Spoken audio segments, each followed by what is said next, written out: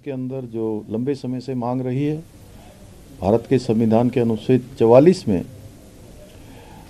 ये व्यवस्था की गई है कि राज्य सरकारें अपने यहाँ इसको लागू कर सकते हैं। इसको राज्य अपने अपने अनुसार उसको लागू करने की दिशा में काम कर सकते हैं।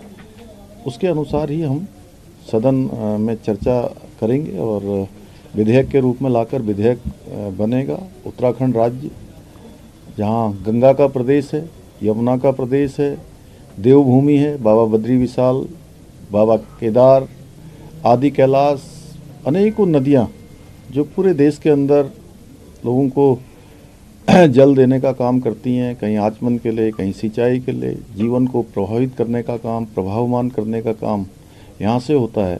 यहाँ के ग्लेशियर हैं, पर्वतमालाएं हैं। तो एक नया काम देश के अंदर समान नागरिक संहिता का उत्तराखंड से शुरू होगा और हमें उम्मीद है कि हमारा ये जो विधेयक बनेगा उसके बाद देश के अन्य राज्य भी इस दिशा में आगे बढ़ेंगे। सर, एक मुख्यमंत्री के तौर पर आपको सबसे बेहतर क्या लगा इस विधेयक में, या यूँ कहें कि यूसीसी में क्या सुझाव आपको सबसे बेहतर लगा इसमें? अभी आज ड्राफ्ट मिला है, क्योंकि अब ये चर्चा के लिए होगा। अभी हमने ड्राफ्ट देखा नहीं है, अभी चर्चा में आएगा, विधानसभा के अंदर आएगा, हम लोग उस पर चर्चा करेंगे और निश्चित रूप से ये अच्छे के लिए ही हो रहा है। ये विशेषकर सशक्तिकरण है देश के अंदर। एक भारत श्रेष्ठ भारत की जो हमारे प्रधानमंत्री जी की कल्पना है, उसके अनुसार आगे बढ़ेंगे। कांग्रेस ऐसा क्या है कि भाजपा शासित जो राज्य वो तो इसके लिए तैयार है, लेकिन गैर भाजपा शासित राज्य इसका विरोध करते हैं, क्या? देखिए, हम तो कहेंगे कि चूंकि हम किसी के विरोध के लिए नहीं लाए हैं, किसी को टारगेट करने के लिए नहीं लाए हैं, और मैं उत्तराखंड की देवतुल्य जनता को उनका दिल से धन्यवाद देना चाहता हूं, आभार व्यक्त करना चाहता हूं कि हमने उनके सामने संकल्प रखा। ये हमारा चुनाव का संकल्प था, हमारा वायदा था कि नई सरकार के गठन होते ही हम यूसीसी लागू करने की दिशा में आगे बढ़ेंगे। हम इसको विधेयक के रूप में लाएंगे और उत्तराखंड की देवतुल्य जनता ने हमको मौका दिया, सरकार में आने के उन्होंने आशीर्वाद दिया, तभी हम सरकार में आए। और सरकार में आने के बाद हमने पहला काम यही किया कि इसके लिए कमेटी बनाई और हम अपना वादा पूरे करने की तरफ आगे बढ़ रहे हैं। सर, कांग्रेस के अध्यक्ष है आज ड्राफ्ट, उसके बाद आपका दिल्ली आगमन हो गया है, क्या इस बारे में चर्चा शीर्ष नेतृत्व के साथ भी करेंगे आप? नहीं, शीर्ष नेतृत्व हमेशा से उन्हीं की प्रेरणा से हमने काम किया है। हमारे आदरणीय प्रधानमंत्री जी ने हमेशा हमको जो उनका एक भारत श्रेष्ठ भारत, सबका साथ, सबका विकास, सबका विश्वास, वो मूल मंत्र है, उसी ध्येय के साथ हम आगे बढ़ रहे हैं। और आज तो मैं चूँकि अन्य जो औद्योगिक विकास से संबंधित कुछ कार्य मेरे औद्योगिक विकास मंत्रालय में पहले से मीटिंग होनी थी, तो हमने हरिद्वार में औद्योगिक विकास हेतु लगभग 400 एकड़ से अधिक की जो ज़मीन है, वो ज़मीन के लिए हमने अनुरोध किया। 2 सेंटर ऑफ एक्सीलेंस रुड़की और पंतनगर में खोलने के लिए उन्होंने हमको आज आश्वस्त भी किया है, मंजूरी भी दी है, तो वो अलग विषय था। और राम मंदिर से इधर एक सवाल है कि राम मंदिर के बाद एक और माइलस्टोन हुआ है, ज्ञानवापी में कोर्ट के आदेश से पूजा शुरू हो चुकी है, लेकिन ओवैसी और बाकी जो देश के मुस्लिम हैं कहीं ना कहीं उससे कंफर्टेबल नहीं। आज वाराणसी में बंद का भी आह्वान किया है, नमाजी बड़ी तादाद में वहाँ पहुँच रहे हैं। ऐसे में क्या लगता है कि एक और जीत हासिल हो पाएगी? देखिए, निश्चित रूप से ये कोर्ट का फैसला है, इसको सबको इसका सम्मान करना चाहिए। जो भी भारत की विधि व्यवस्था पर विश्वास करने वाले लोग हैं, उसको मानने वाले लोग हैं, उनको मानना चाहिए और उसके अनुसार ही आगे बढ़ना चाहिए। सर, अयोध्या कब जा रहे हैं सर? अयोध्या कब जा रहा है सर? देखिए, अयोध्या हम लोगों का बीच में 2 फरवरी को आज ही के दिन जाने का था, लेकिन अभी वहाँ पर श्रद्धालुओं का बहुत बड़ा आना जाना है, बड़ी संख्या में श्रद्धालु आ रहे हैं। उन श्रद्धालुओं को कोई असुविधा न हो, इसलिए हम लोगों ने स्वयं ही तय किया कि जब सारी चीज़ें वहाँ पर व्यवस्थित हो जाएं, सभी लोग ठीक प्रकार से दर्शन कर लें, उसके बाद हम लोग करेंगे। सर, कांग्रेस की अध्यक्ष हैं करण माहारा, वो कह रहे हैं कि ये चुनाव से पहले आप माहौल को सांप्रदायिक बनाना चाहते हैं और इस जो ड्राफ्ट के अंदर जो एसटी जो लोग हैं उनको कहीं ना कहीं अधिकारों का हनन इस ड्राफ्ट के अंदर किया गया है। देखिए, अभी तो ड्राफ्ट किसी के सामने आया ही नहीं है, तो ये कैसे कहा जा सकता है कि उसमें क्या हो रहा है। ड्राफ्ट मुझे मिला है और अभी उस ड्राफ्ट का अध्ययन होगा, उसके बाद उसको लागू करेंगे। और चुनाव अपनी जगह पर है। ये तो हमारा इस विधानसभा के चुनाव में उत्तराखंड की जनता के साथ जो हमने वायदा किया था, जो हमने संकल्प किया था, उत्तराखंड की जनता ने जिस काम के लिए हमको मौका दिया है, सेवा करने का मौका दिया है, सरकार में आने का मौका दिया है, हम वो वायदा पूरा कर रहे हैं। सर, लोकसभा चुनाव से पहले लागू हो जाएगा?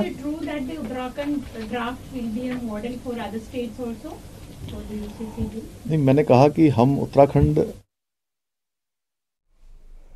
यूसीसी के विरोध पर वीएचपी का बयान सामने आया है। वीएचपी ने कांग्रेस को इस पर जवाब दिया है और कहा है अच्छा होता कांग्रेस किसी धारा का विरोध करती।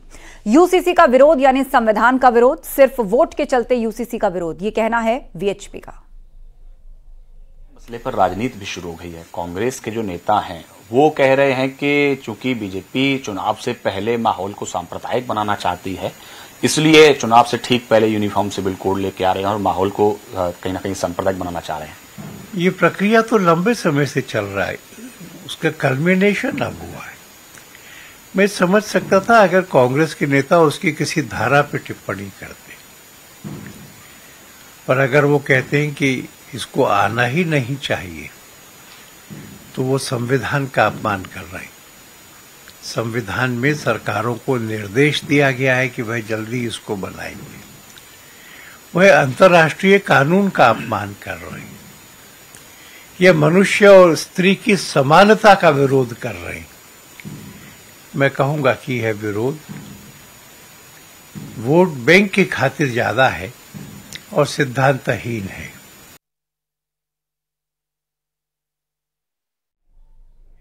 और यूपी विधानसभा का बजट सत्र आज से शुरू हो चुका है। सत्र की शुरुआत राज्यपाल के अभिभाषण से हुई और फोकस अयोध्या के राम मंदिर पर रहा।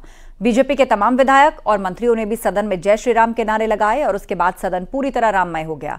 हालांकि दूसरी तरफ विपक्षी सदस्य जय श्री राम के नारे का जवाब पीडीए से दे रहे थे। आपको रिपोर्ट दिखाते हैं।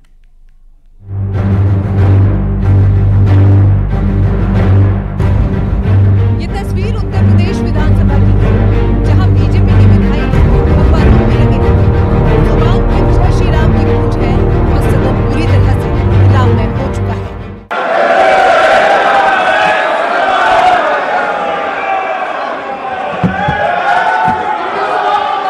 मौका विधानसभा के बजट सत्र का था और राज्यपाल ने अभिभाषण की शुरुआत प्रभु राम के नाम से की।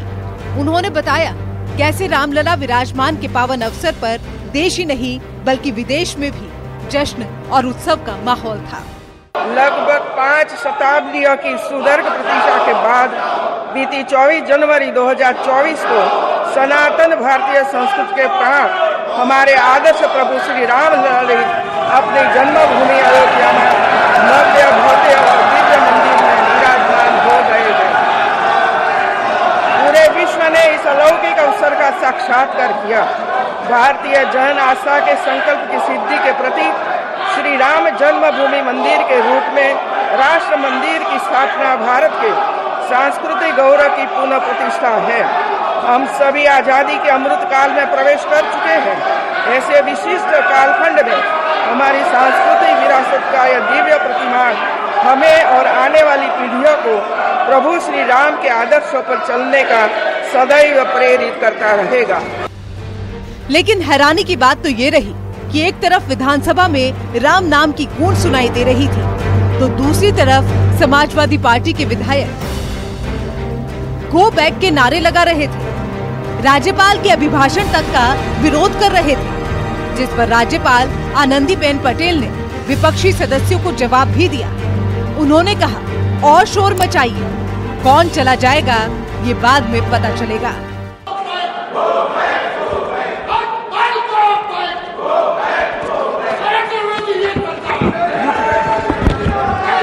कौन चला जाएगा ये तो बाद में पता चलेगा।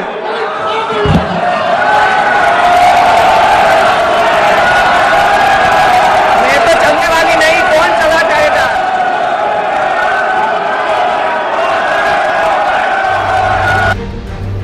विपक्षी सदस्यों को राज्यपाल के जवाब पर सीएम योगी भी मुस्कुराने लगे और उन्होंने भी राज्यपाल का अभिवादन किया। वहीं बजट सत्र को लेकर सीएम योगी आदित्यनाथ ने कहा, यूपी विधानमंडल प्रदेश की जनता की आशा आकांक्षाओं और अपेक्षाओं का केंद्र है। विपक्षी सदस्यों से अपील की कि विधान परिषद और विधानसभा को सकारात्मक चर्चा का केंद्र बनाना होगा।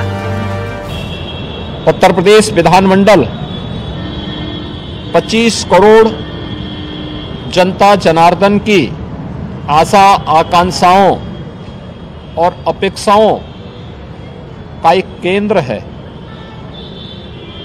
जनता से जुड़ी हुई हर सुख दुख से जुड़ी हुई घटनाओं को उल्लास और विषाद से जुड़ी हुई घटनाओं का ये साक्षी है। दरअसल उत्तर प्रदेश विधानमंडल के बजट सत्र की आज से शुरुआत हो गई है। ये सत्र 12 फरवरी तक चलेगा। इसी दौरान 5 फरवरी को उत्तर प्रदेश सरकार वित्त वर्ष 2024-25 का बजट भी पेश करेगी। बड़ी बात यह है कि इस बार सदन की कार्यवाही शनिवार को भी चलेगी और जरूरत पड़ने पर ये देर रात तक भी चल सकती है। हालांकि सदन से आज की जो तस्वीर सामने आई, उसमें एक तरफ राम भक्त थे तो दूसरी तरफ विरोधी, और फिर कल तक के लिए सत्र को स्थगित कर दिया गया। Bureau report, news 18।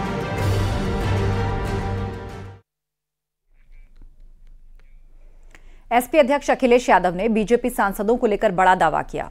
Akhilesh Yadav ने दावा किया कि उन्हें जानकारी मिली है कि बीजेपी सिर्फ एक सांसद को छोड़कर अपने सभी मौजूदा सांसदों का टिकट काट रही है, और साथ ही उन्होंने यह भी दावा किया कि पीडीए इस चुनाव में एनडीए को हराएगी।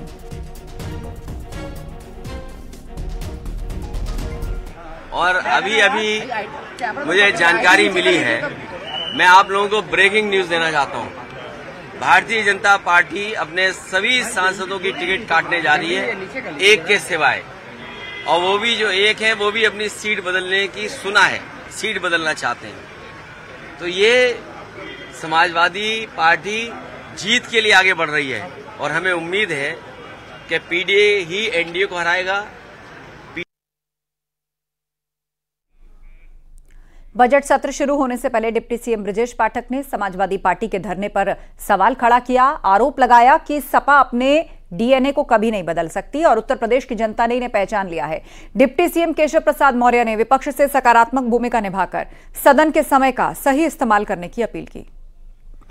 भारतीय जनता पार्टी की सरकार उत्तर प्रदेश के सर्वांगीण विकास के लिए, चतुर्मुखी विकास के लिए काम कर रही है। ये बजट सत्र है और बजट सत्र में सभी माननीय विधायकों को भाग लेकर के उत्तर प्रदेश के चतुर्मुखी विकास के लिए अपना योगदान करना चाहिए। लगातार देखा जा रहा है समाजवादी पार्टी अपने डीएनए को कभी भी बदल नहीं पाई। अराजकता, गुंडई, जिस ढंग से अव्यवस्था फैलाना उनका पुराना सगल रहा, उस पर वो कायम है और उत्तर प्रदेश की जनता ने इन्हें पहचान लिया है और इन्हें कभी। सभी विपक्षी मित्रों से आग्रह यही रहेगा कि सत्र की सार्थकता को सिद्ध करें, नकारात्मक की जगह सकारात्मक विपक्ष की भूमिका निभावें, अच्छे सुझाव जो भी हैं वो प्रस्तुत करें। सरकार उनको सुनेगी भी, उन पर विचार भी करेगी, लेकिन सदन का समय का सदुपयोग करें, उसे बर्बाद ना करें, ऐसी मेरी अपील रहेगी। और रुकेंगे ब्रेक के लिए, जल्द होंगे हाजिर।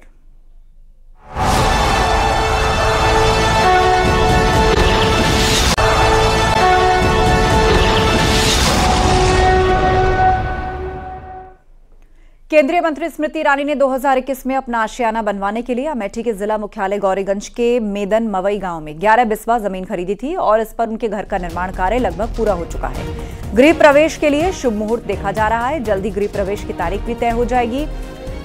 वहीं संभावना जताई जा रही है कि फरवरी के आखिरी हफ्ते या फिर मार्च के पहले हफ्ते में सांसद स्मृति ईरानी के घर का गृह प्रवेश होगा और जिसके बाद सांसद स्मृति ईरानी अपने आवास में रहने लगेंगी।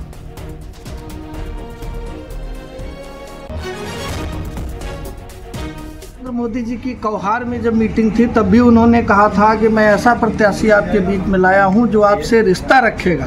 ये रिश्ते की एक वो दे करके राहुल गांधी यहाँ चुनाव लड़ते रहे, सोनिया जी चुनाव लड़ती रहीं, लेकिन वास्तव में वो रिश्ता वो कायम रख नहीं पाए ज़मीन पर, केवल रिश्ता उनका छलावा था। ये देख रहे हैं कि 2014 में जब दीदी आई थी यहाँ पर चुनाव लड़ने के लिए, तो हम लोगों को लगा था कि एक बड़ी नेता आई हैं, बाहर की नेता है, रुकेंगी या वैसे केवल वादा करेंगे, लेकिन उन्होंने जो वादा किया था उस वादे को उन्होंने पूरा किया। लेकिन अभी तक कोई यहाँ रहता नहीं था। रहने की बात ही छोड़िए कि कोई आता था तो मुलाकात भी नहीं हो पाती थी। 1-2 बार पहले हमने 2010 के करीब प्रयास किया था मिलने के लिए, लेकिन बहुत धक्का मुक्की सहना पड़ता था। लेकिन जब से 2019 से दीदी सांसद हुई है यहाँ पे, वो समस्याएं। केंद्रीय मंत्री व अमेठी सांसद स्मृति ईरानी ने अमेठी की जनता से वादा किया था कि अगर वो अमेठी की सांसद बनती हैं तो अमेठी में उनका खुद का घर होगा, जहां लोगों को सांसद से मिलने के लिए दिल्ली नहीं जाना पड़ेगा। तो सांसद अमेठी स्मृति ईरानी का आवास अमेठी में बनकर तैयार हो गया है। फरवरी के आखिरी सप्ताह या फिर मार्च के पहले हफ्ते में मुहूर्त देखकर इसका गृह प्रवेश होना है, जिसके बाद सांसद स्मृति ईरानी अपने इसी आवास से आगामी 2024 लोकसभा का चुनाव लड़ेंगी। तो कहीं ना कहीं जिस तरीके से अमेठी के लोगों से किया एक एक वादा अमेठी सांसद स्मृति ईरानी पूरा कर रही हैं, उससे साफ जाहिर है कि अमेठी के लोगों के साथ वो कितनी मजबूती से खड़ी हैं और अमेठी के लोग उनके साथ। और लखनऊ से बड़ी खबर, जमीन पैमाइश को लेकर मलिहाबाद में तोड़फोड़ और फायरिंग हुई है। फायरिंग में एक पक्ष के 3 लोगों की मौत हो गई है। बताया जा रहा है पति मुनीर, पत्नी फरहीन, बेटे हंजला खान की मौत हुई है। चचेरे भाई पर ही हत्या का आरोप लगा है। लेखपाल की मौजूदगी में यह पूरा बवाल हुआ। ताबड़तोड़ फायरिंग से इलाके में दहशत फैल गई है। जमीन विवाद में 3 लोगों की हत्या कर दी गई। ऋषभ मणि से इस पर अपडेट लेते हैं। ऋषभ, अभी तक क्या पुलिस या कार्रवाई हुई है पूरे मामले में? देखिए, मौके पर सीनियर ऑफिसर्स पहुंच रहे हैं, डीसीपी मौके पर पहुंच रहे हैं और joint police commissioner law and order police commissioner भी मौके पर पहुंच रहे हैं। जो बताया जा रहा है 2 चचेरे भाइयों में जमीन को लेकर विवाद चल रहा था और आज जैसा बताया गया है कि पुलिस को बगैर बताए लेखपाल वहां मौके पर पहुंचे थे और जमीन की पैमाइश करा रहे थे, जिसका दूसरे पक्ष ने विरोध किया है। बात बढ़ी है, जिसके बाद एक पक्ष ने फायरिंग की है और उसमें मुनीर करीब 45 साल के, उनकी पत्नी फरहीन 42 साल की और 18 साल के उनके बेटे हंजला की मौत हुई है। ये 3 बिल्कुल, और ये 3 हत्या के बाद पूरे इलाके में दहशत है। जानकारी के लिए शुक्रिया। एक छोटे से ब्रेक का वक्त, खबरें जारी हैं।